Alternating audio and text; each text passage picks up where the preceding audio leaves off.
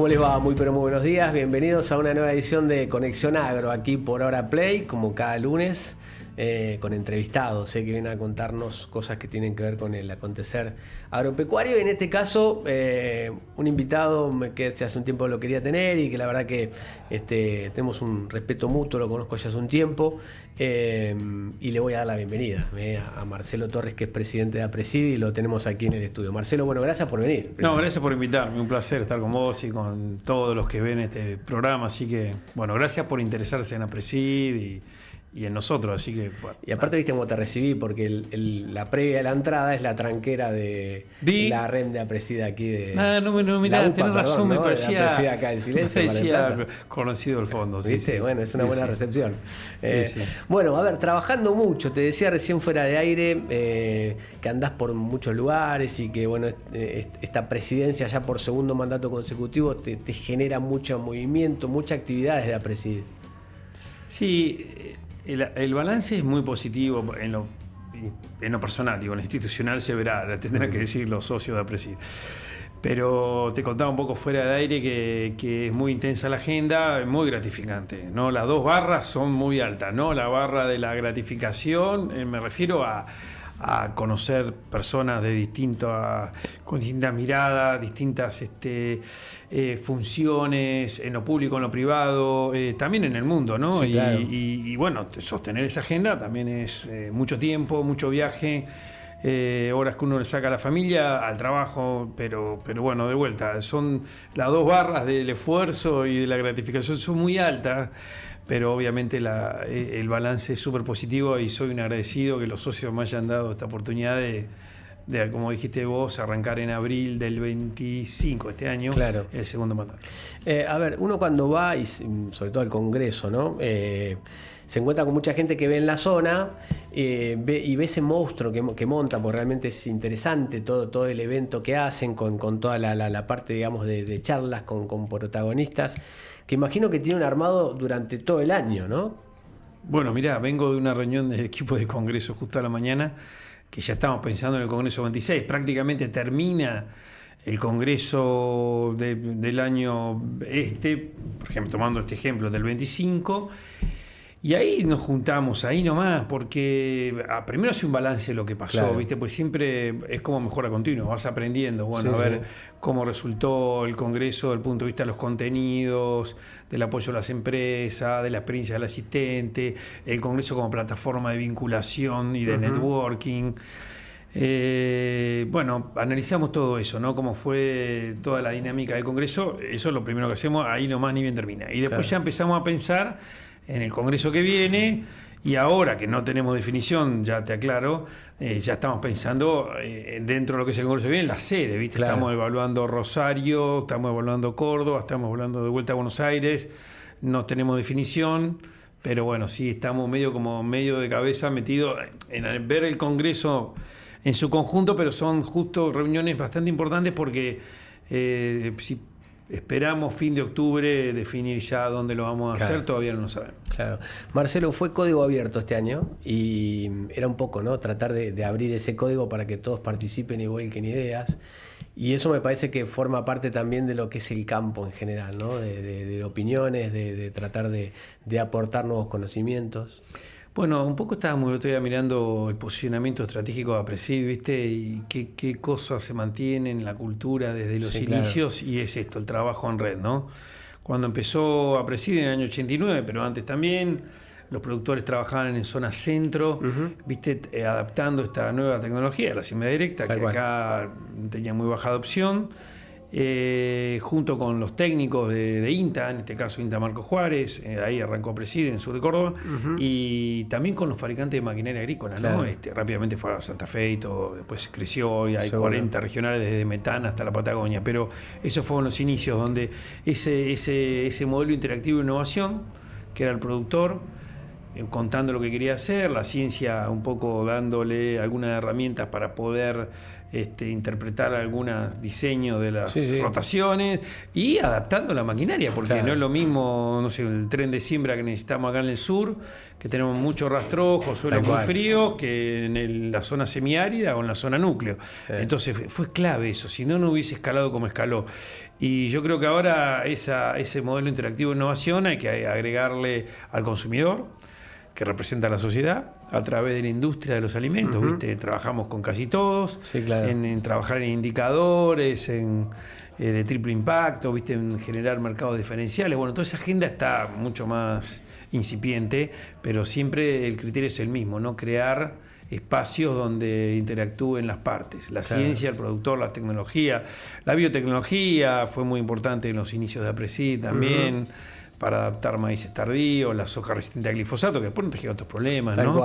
Pero que también en maleza resistente, compactación, que tuvimos que resolver con más rotación, con uso de cultivos de servicio, que son cultivos que se hacen entre los cultivos de cosecha, para mantener el campo verde y vivo, con raíces vivas, lo que nos trae mejor economía del agua, mejor actividad microbiana, control de malezas desde el sistema, fijación biológica de nitrógeno, por lo tanto menor uso de fertilizantes de síntesis, Es decir que, de vuelta y acá termino, modelo interactivo de innovación que cada vez se va a redes que innovan, redes que aprenden, que cada vez se hacen más complejas, y el aprender permanentemente. Y eso es un atributo del campo argentino.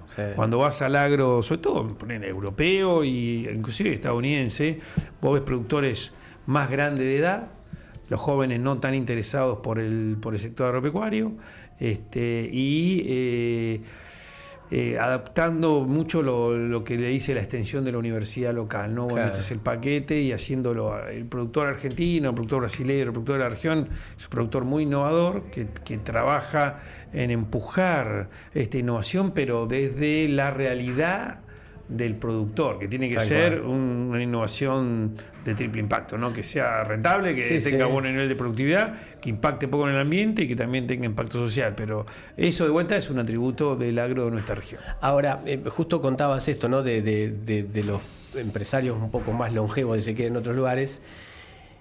Justo te iba a preguntar por los jóvenes, pero también cuán importante en esta metamorfosis que ha sufrido durante todo este tiempo, desde APRESID, digamos, de tantos años, es la incorporación de la tecnología, y también los más jóvenes cómo lo han captado. Bueno, de la edad más nuestra, por ahí la asimilamos, nos cuesta un poco más, pero los pibes han nacido ya con eso. No, bueno, cuando te hablaba de redes más complejas, no me di cuenta cuando estaba redondeando que no había dicho nada de las tecnologías digitales, ¿no? Que también eso es algo que irrumpe. Para decirlo, y bueno, yendo a tu respuesta, ahora voy a agregar algo más, pero esos drivers, esa agenda es muy atractiva para el joven, ¿no? La sustentabilidad y la digitalización de la agricultura. Yo creo que también eso mantiene viva la actividad y mantiene el interés de los jóvenes en acercarse al sector agropecuario, ¿no? O a la comunidad agroalimentaria. El hecho de que tengamos un agro tecnológico, un agro que se preocupa por el ambiente, me parece que esos son fortalezas también que hay que destacar. Y ahí la digitalización, por supuesto, el joven tiene un rol fundamental ahí, ni hablar. Y creo que ahí la digitalización, el desafío es, bueno, empezar a digitalizarse, tener un camino claro de cómo poder ir incorporando estas tecnologías, ¿no? Lo primero que ocurre es generalmente ir a una agricultura más sitio específica. Antes, por ahí, en un lote de trigo usábamos la misma dosis de fertilizante nitrogenado punta a punta del lote. Ambientar ahora. Y ahora, claro, el primer pasito es con imágenes satelitales, con mapas de rendimiento, que la imagen satelital es como la historia clínica del lote, ¿no? Y el mapa de rinde la autopsia. Combino ya dos cosas, establezco áreas de media, baja y alta productividad y fertilizo en función de eso. Y tengo una tecnología para hacerlo. Tengo las máquinas que pueden, puedo hacer una prescripción variable de fertilizante, de densidad, y las máquinas lo pueden tomar y lo pueden aplicar variable. O sea que es la convergencia de tecnología, los satélites, el geoposicionamiento de todo esto. Bueno, en ese proceso está el agro en general y en Argentina también, ¿no? Justo te tiraste Brasil hace un ratito. Me recuerdo tu discurso en la apertura de este congreso, que hablaba un poco de hace un tiempo estábamos iguales y cuánto terreno, cuántos cuerpos, ¿no? Hablando en idioma turfístico, nos han sacado. Recuerdo, y me tocó bastante porque hablaste de los 10 tandiles o los 30 tandiles, algo por el estilo. ¿Por qué nos quedamos tanto? voy a repetir un poco lo que dije en el Congreso para los que no estuvieron, pero lo que yo decía que en los 80 Argentina y Brasil producían casi parecido, 25 o 30 millones de toneladas. Claro. Hoy Brasil multiplicó por 14 eso y Argentina solamente por 4. Alguno que está escuchando, viendo, puede decir, bueno, esto es porque Brasil agregó el Mato Grosso, y es cierto, la mitad del crecimiento de soja brasilero se explica por más área, pero la otra mitad por aumento de rendimiento, claro. Y el 80% del crecimiento del maíz brasilero es por rendimiento, solamente el 20% por más área. Claro. O sea que en realidad hubo un desarrollo del agro brasilero tremendo.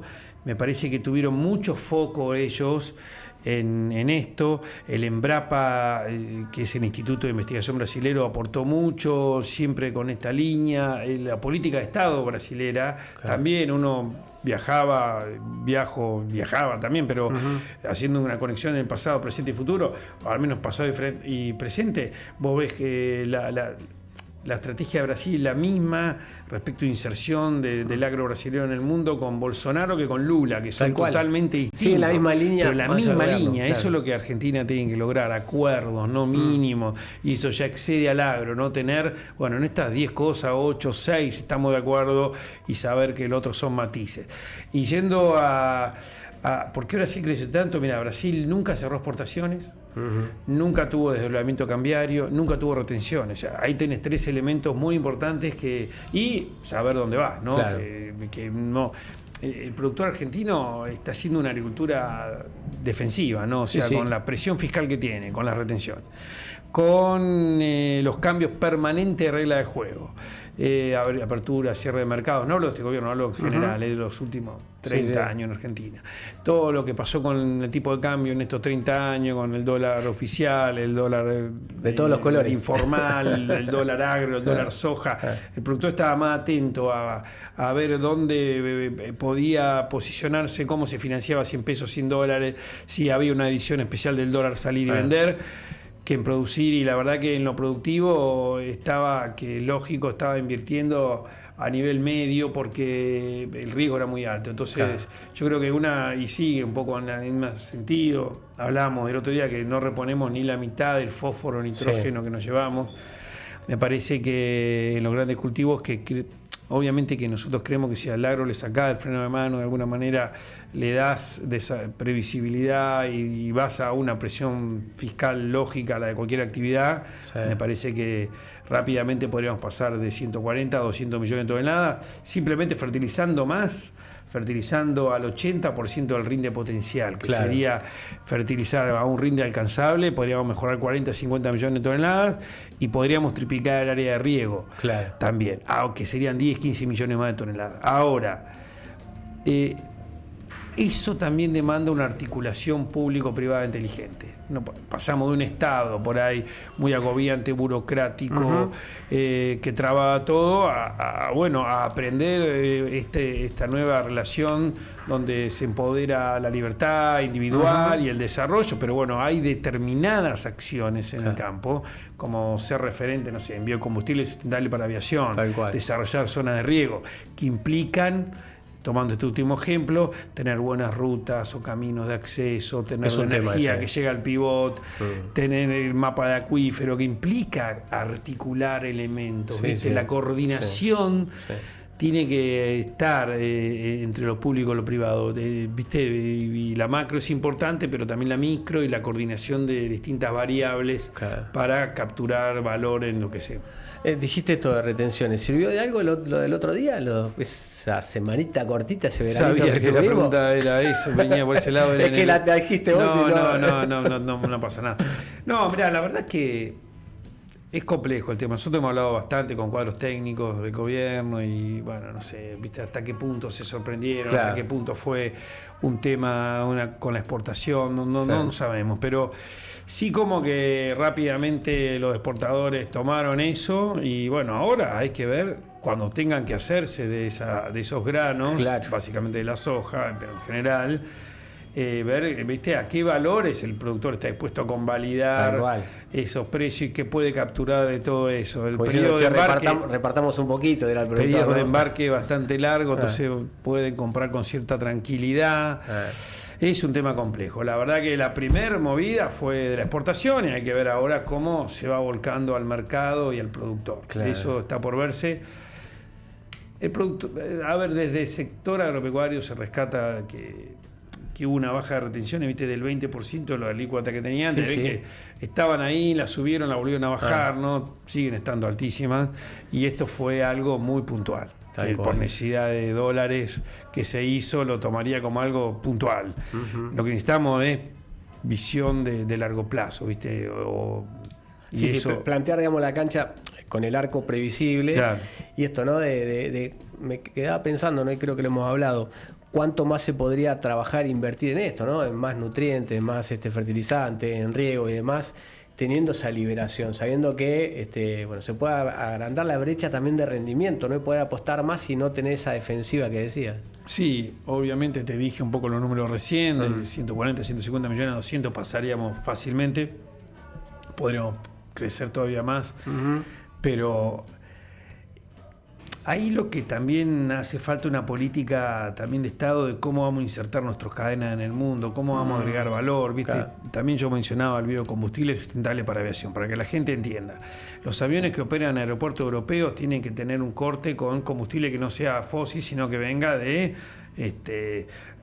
fuentes como ni siquiera granos en Europa, porque también cuestiona el tema de seguridad alimentaria, ¿no? De subproductos del agro, bueno.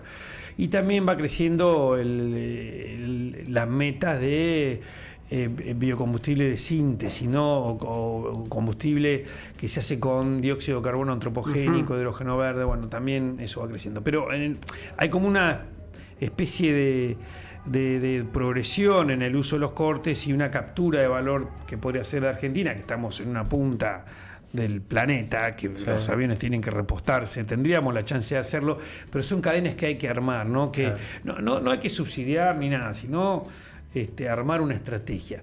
Hablando de subsidiar, sí, Brasil hace como una transferencia de los biocombustibles fósiles de los combustibles fósiles a los biocombustibles, y tiene una estrategia de aumentar el tipo de corte y pronto va a llegar a 3 veces el corte que tenemos en Argentina. Pero bueno, son todas discusiones buenas que hay que tener, ¿no? Yo no digo que haya que ir por un lado o por el otro, siempre hablando de un Estado que deje al privado que crezca, que funcione, que emprenda, que le vaya bien, que genere empleo, que genere riqueza, y sobre todo federalmente, ¿no? Agregando valor en origen, me parece que está bueno, pero para que eso ocurra hay que tener buenas conversaciones, no dicotómicas, no Estado o privados o retenciones.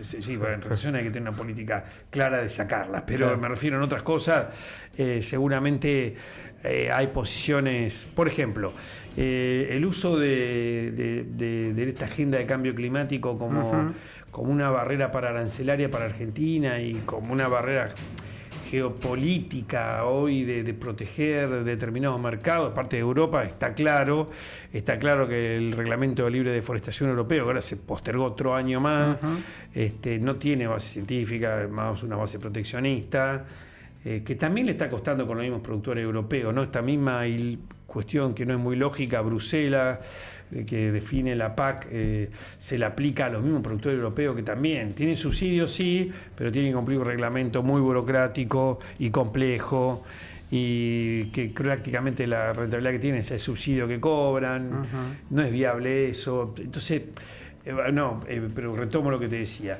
Nosotros entendemos que esta agenda es geopolítica, pero también entendemos que Argentina podría tener una oportunidad, si corre las discusiones hacia un lado más científico y tecnológico, de mostrar que nuestros productos son muy sustentables y capturar valor ahí. De hecho, ahora vamos con la presida a la cumbre de Belém en Brasil, que es una cumbre importante porque es en la región y porque el agro va a tener mucha preponderancia ahí, pero bueno, hay que defender esto en estos foros internacionales.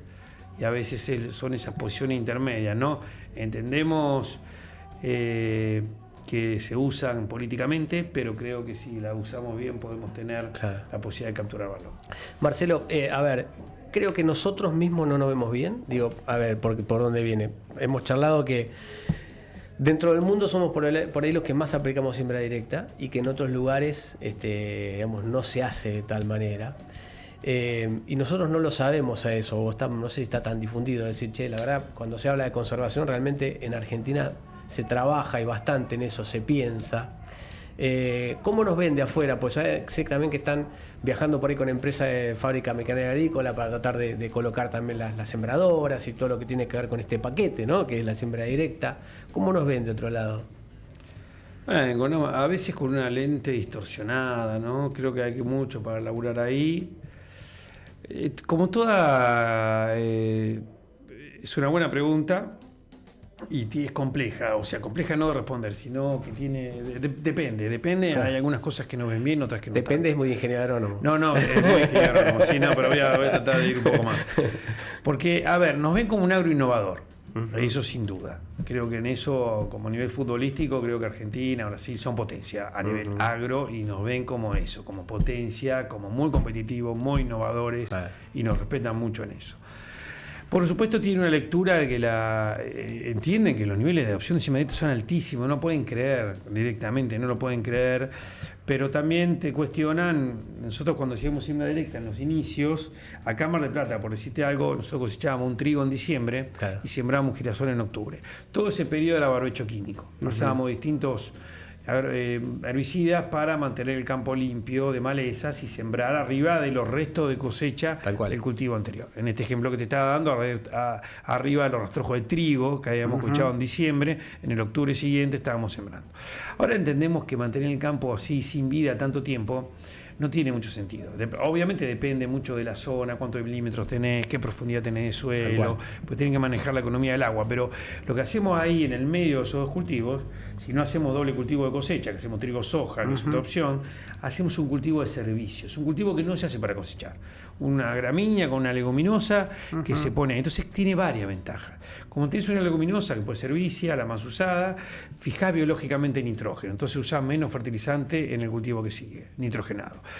Regulás el consumo de agua, mantenés raíces vivas que descompactan el suelo y mantienen una actividad microbiana en altos niveles que permite ciclar mejor los nutrientes. Entonces mantener mejor estructura del suelo porque el carbono está en el suelo. El carbono es como el cemento de las partículas minerales del suelo, arcilla, limo. El cemento es la materia orgánica. Entonces yo creo que tiene ventajas en la salud física, química y biológica del suelo, bajamos los costos, pero también para avanzar se está avanzando, pero para avanzar en la implementación, la adopción de estos modelos que ya combinan siembra directa con rotaciones, con uso de cultivo servicio, necesitas previsibilidad, ¿no? Y largo plazo, no son cosas de sistema que se pueden desarrollar pensando campaña tras campaña, como a veces está obligado a pensar el productor argentino, ¿no? Totalmente, muy a corto plazo. ¿Qué nos queda para adelante? Digo, pues siempre se habla de 2030, estamos acá nomás. Digo, el año que viene Mundial, 2026, en el otro Mundial si no llega 2030, vos que sos futbolero. Sí, futbolero de River, con lo cual estoy pasando un momento muy bien. Quiero decir que es muy buen jugador. No, yo no. Quiero decir que es muy buen jugador de fútbol, Marcelo, que no conoce buen trato de balón. Más o menos. ¿Qué viene? Primero, completo una cosa que no te dije antes. En Argentina el nivel de adopción de siembra directa desde el 90% llegó a ser, hoy está en el 80, 78, 80, estamos viendo eso, un poco avanzó la balanza. Pero en el mundo no llega al 10. Por eso. Y en el mundo, antes, y ahora te lo ato con tu pregunta, en el mundo antes de la invasión de Rusia a Ucrania, viste, cuando uno iba a las COPs, la de Madrid, me acuerdo 19, había muy puesto sobre la mesa que la solución era la agricultura orgánica y la ganadería también con baja tecnología. Lo que se descubrió con lo que se evidenció con eso, que yo te contaba ese problema de la invasión de Rusia a Ucrania, es el balance, la fragilidad del balance de alimento y de energía. Entonces, bueno, acá tenemos que impactar menos en el ambiente, pero tenemos que sostener altos niveles de productividad. Tal cual. Entonces ahí la directa entró como una cuestión a analizar, ¿no? Por todos los países europeos, inclusive. Pero el problema que tenemos cuando hablamos con muchos países europeos que está en la cabeza del académico, del decisor político, pero no del productor, porque ese modelo que yo decía que acá está desintegrado, allá está bastante desacoplado el productor de innovación. Entonces, 2030 yo creo que se ve un agro mucho más digitalizado, donde digitalizarlo, para decir el criollo, es tener tu campo dibujado en una plataforma georreferenciado, que ahí tengas capas de información de suelo, imágenes satelitales, mapa de rinde, y que tengas capas de datos, ¿no? Donde digas, bueno, qué híbrido sembré, con qué densidad, en qué fecha, qué fertilización nitrogenada, fosforada. A través de todos esos datos puedo establecer indicadores, por ejemplo, huella hídrica, la huella de carbono, que la gente habrá escuchado nombrar, es cuánto emito de gases de efecto invernadero por tonelada de grano producida, el EIQ, que es el impacto de los agroquímicos, la biodiversidad y un montón de cosas más. Entonces, primero una gran digitalización, lo que va a requerir nuevas habilidades. Por ahí agrónomos, y yo lo digo como agrónomo, que también sepan de tecnología digital, claro, ¿no? O sea, va a tener que aprender, alguien va a tener que tener mapa ahí, o capaz que no alguien, pero sí, seguramente este consultor Actech está creciendo, pero va a haber que generar estos espacios, como yo te decía, colaborativos, donde el productor le pueda decir y su asesora a un consultor Actech qué quiere hacer variable, digitalizar mucho más, tener indicadores, capturar mercados con esto. Argentina puede ir por ese camino, exportar maquinaria de siembra directa, exportar conocimiento, exportar la tecnología de silo bolsa, un montón de cosas que en Argentina hacemos que podemos capturar valor. Va a depender mucho si Argentina fija un rumbo y acuerda política de Estado más allá de los gobiernos, ¿no? Claro, a ver, me quedaba pensando en eso, ¿no? Que todos caemos en la misma, ¿no? Que de plantear a largo plazo, de plantear una línea de tiempo, y esto que decías, ¿no? Que por ahí que más allá de los gobiernos, que todos tengan el mismo horizonte. Viene por ahí. Sí, ni hablar. No hay mucho bueno, más. Y viste también, la gente escuchará todo el día hablar de la bioeconomía, que es algo... La economía es básicamente empezar a no reemplazar totalmente, porque no se puede, los volúmenes que usamos de combustibles fósiles son muy grandes, los fertilizantes de síntesis química también, pero sí empieza a haber muchos productos biológicos, bioestimulantes, fertilizantes biológicos, también empieza a crecer mucho el tema de biocombustibles como oportunidad también, como ya mencioné. Entonces me parece que para plantearlo en términos que la gente tiene, en términos simples, tenemos que agregar valor a lo que hacemos. Hoy exportamos el 60% del maíz o más en grano, sin procesar. Claro. ¿Qué hay valor agregado hasta ahí? Esta es otra discusión dicotómica, ¿viste? Bueno, pero ya tiene valor. Sí, es cierto, el grano exportado tiene valor, tiene genética, biotecnología, tiene tecnología digital para producirlo, tiene una maquinaria de última generación, tanto la sembradora como la cosechadora, todo bien, pero podemos seguir agregando más valor. Y en eso tenemos que trabajar, más biocombustible, transformar más en proteína animal lo que hacemos, captar más mercado para nuestras proteínas animales, faenar más pesado, más de exportación, sin desatender el mercado local, porque nos da para todo en Argentina. Pero bueno, va a pasar por ahí, pero todo eso se va a lograr si establecemos un rumbo claro. Por lo menos puede haber matices, ¿no? En el mundo. Yo te dije, más que matices, son grandes diferencias entre Bolsonaro y Lula. Pero hay, en algunos aspectos de agro y de otras agendas también, de vuelta a los países saben a dónde van. Y no hablo de Suecia, de Noruega, te hablo de Brasil, de Paraguay, de Uruguay. Acá nomás. Nuestro vecino más cercano. Está muy bien. Marcelo, se nos termina el tiempo y bueno, la verdad que podríamos hablar un rato largo, pero bueno, obviamente agradecerte los minutos y bueno, seguramente más adelante vamos a charlar de vuelta, es muy interesante y bueno, a seguir trabajando, no queda otra. Yo una cosa que te digo que veo como común denominador en el mundo es que la gente conecta mucho el desarrollo personal con el esfuerzo, el emprendedurismo, ¿viste? Yo creo que Argentina tiene que lograr restablecer ese valor que capaz que son los inmigrantes, ¿no? Decir, bueno, yo quiero progresar, para eso tengo que laburar, para eso me tengo que esforzar, para eso tengo que, ¿entendés? Volver a conectar eso y volver a conectar que la generación de riqueza tiene que ver con esto, con el emprendedurismo, el desarrollo de los profesionales de la empresa. Lo que pasó acá con Lambuesto, el otro día estuve en la inauguración, creo que tienen 350 personas trabajando ahí. Bueno, eso es desarrollo, ¿no? Desarrollo de las comunidades. Y vos me hiciste mención un poco al discurso. Yo contaba que en esta área nueva de Brasil, en los últimos 30 años, se urbanizaron unas ciudades equivalentes a una ciudad de Córdoba, 2 ciudades de Mar del Plata y 10 Tandiles, ¿no? En base a esto, a desarrollo federal. Y tenemos que lograr eso, que haya laburo en el interior, que haya desarrollo, inversión, que nos crean afuera también, que seamos un país lógico. Bueno, de vuelta, es un camino largo en Argentina, pero tenemos que, y seguramente vamos a tener vaivenes como estamos teniendo, pero me parece que tendríamos que tratar de fijar un rumbo, decir, bueno, en estas 8 cosas estamos de acuerdo. Marcelo, gracias. A vos. Marcelo Torres, presidente de APRESID, pasaba aquí por Ahora Play. Nosotros nos encontramos el lunes próximo a las 12:30 del mediodía. Hasta luego.